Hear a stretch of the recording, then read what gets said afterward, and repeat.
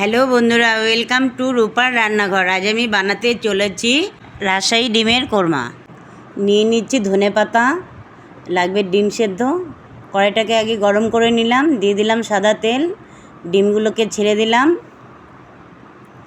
এই ডিমের কোরমাটা তৈরি করতে সাদা তেলই ব্যবহার করবেন আপনারা।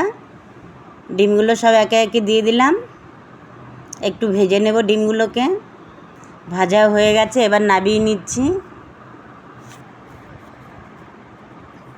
এবার ফোড়ন দিয়ে দেব তেজপাতা, শুকনো লঙ্কা আর গোটা গরম মশলা।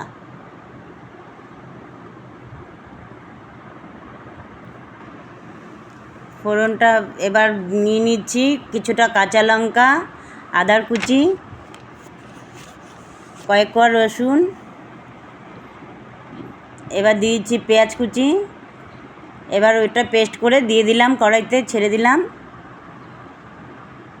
এবার এই পেঁয়াজগুলোকে একটু ভালো করে নেড়েচেড়ে কষিয়ে নেব। পেঁয়াজটাকে ভালো করে কষিয়ে নেব। এবার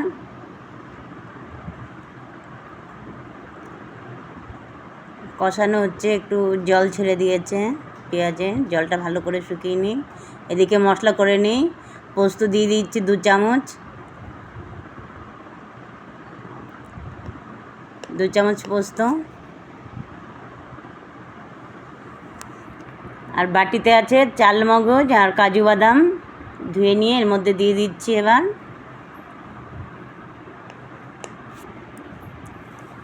চালমগজ আর কাজু বাদাম দিয়ে দিলাম, এটাকে পেস্ট করে নেব।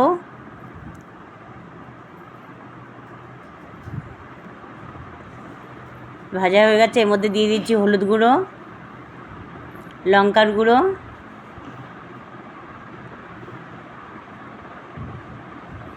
জিরের গুঁড়ো, ধনিয়া গুঁড়ো, একটু সামান্য জল দিয়ে দিলাম। এবার এটাকে নেড়ে চেড়ে ভেজে নেব, ভালো করে কষিয়ে নেব।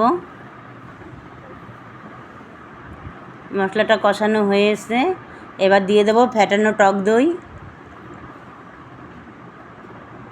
টক দইটা দিয়ে দিচ্ছি, সামান্য নুন দিয়ে দিলাম। এবার দইটাকে দিয়ে দিচ্ছি।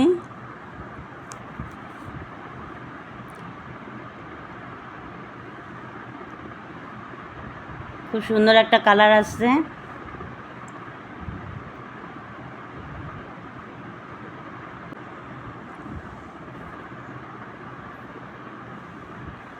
দইটা দিয়ে ভালো করে কষিয়ে নিলাম। এবার দিয়ে দেব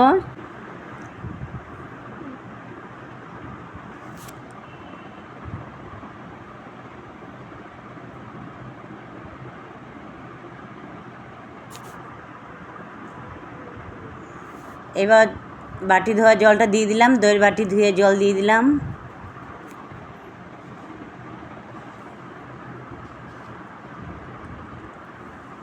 ভালো করে কষিয়ে নিতে হবে এটা। এবার সামান্য চিনি দিয়ে দিলাম।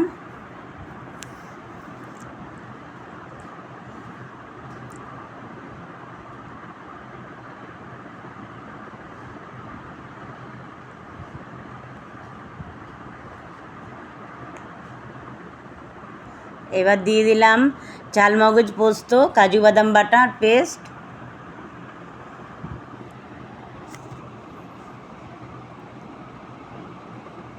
এবার এই সমস্ত মিশ্রণটাকে ভালো করে কষিয়ে নেব।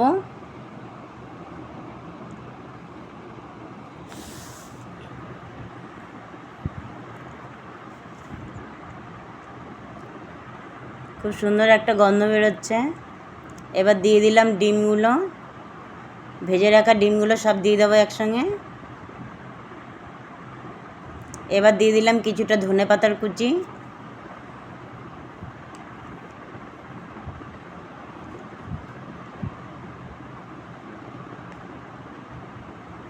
এবার দিয়ে দিচ্ছি কসুরি মেথি।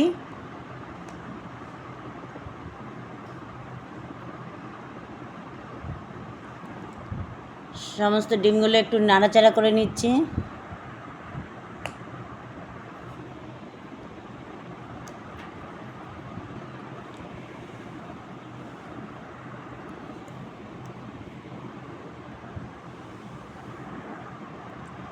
এবার দিয়ে দিচ্ছি গরম মশলার গুঁড়ো, শাহি গরম মশলার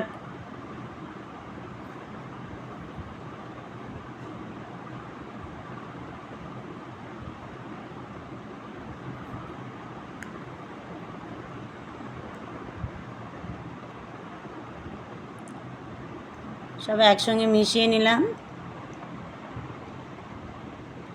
এবার দিয়ে দিচ্ছি ঘি, 2 চামচ ঘি দিয়ে দেবো।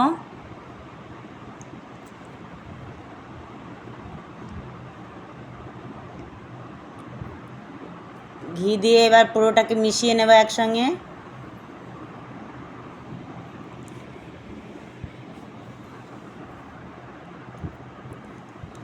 এটা পুরো মেশানো হয়ে গেল, আমাদের রেডি হয়ে গেল রাজশাহী ডিমের কোরমা।